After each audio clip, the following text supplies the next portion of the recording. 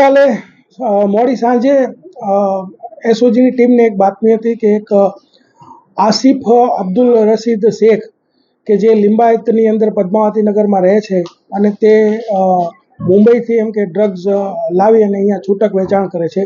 તો એસઓજીની ટીમ વોચમાંથી એ દરમિયાનમાં જે આસિફ શેખ છે એ અડાજણ સ્ટાર બજારથી એલપી સવાણી તરફ જતો જે રોડ છે ત્યાં ક્રોમા સેન્ટરની સામે એ 352 ગ્રામ ટોટલ 35,21,000 એમડી સાથે પકડાઈ ગયેલ છે અને તેની પાસે 89,900 રૂપિયા રોકડ પણ કે જે ડ્રગ્સના છૂટક વેચાણથી એને મળેલા છે.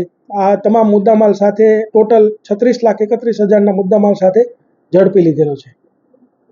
સાહેબ, આ જે ડ્રગ્સ આપતો હતો એ નવરાત્રીમાં જતા હોય આયોજનો આસપાસ વેચતો હતો કે પછી પર્ટિક્યુલર પહેલેથી જ આવી કામ? આ જે ડ્રગ્સ છે એ મુંબઈની અંદર જે સાયણ વિસ્તાર છે ત્યાંથી પૈસા કમાવાના ઈરાદે યોગેશ ઇંગલે કરીને જે વ્યક્તિ છે એની પાસેથી એ લઈ આવેલો અને છૂટક વેચાણ કરતો હતો. ગઈકાલે રાત્રે જ આ કેસ થયેલો છે. એની ડિટેલ પૂછપરછ બાકી છે અને એને રિમાન્ડ પણ મેળવવાના બાકી છે. એટલે બીજા જે કોઈ મુદ્દાઓ છે એ આપણા ધ્યાનમાં આવશે એટલે તરત જ આપ લોકોને જાણ કરવામાં આવશે. આ જે આરોપી જે છે આસિફ અબ્દુલ રશીદ શેખ જે છે એ લિંબાયતમાં રહે છે અને અમને જે જાણકારી મળી છે તો અમે ઘણા સમય ત્યાંના વોચમાં જતા અને કે આ છૂટક એમડીનું વેચાણ કરે છે.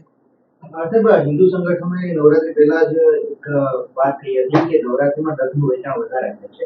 બીજી તરફ હાલ જે પકડાયો છે મોડી રાત્રે યુવાનો ઘરે જતા હોય એ ટાઈમમાં યુવાનોને આપતો હતો કે કોને આપતો હતો? એ આપે જે કીધું એ તપાસ પણ અમારા ધ્યાનમાં જ છે ને અમે એના રિમાન્ડ દરમિયાનમાં આ મુદ્દાઓને આવરી લઈશું કે શા માટે ત્યાં એલપી સવાણી રોડ ઉપર આવેલો અને કોને આપવા માટે આવેલો, છૂટક વેચાણ કરવામાં આવેલો કે પછી ગરબા ગાનાર લોકોને આપવામાં આવેલો કે મોડી રાત્રે વેચાણ કરવામાં, એ તમામ મુદ્દાઓ છે અમારા જે લિસ્ટ શોર્ટ લિસ્ટ કરેલા છે અને એ મુદ્દાઓ પર તપાસ કરી અને જો આવી કોઈ પણ હકીકત જણાશે તો આપને જાણ કરીશું.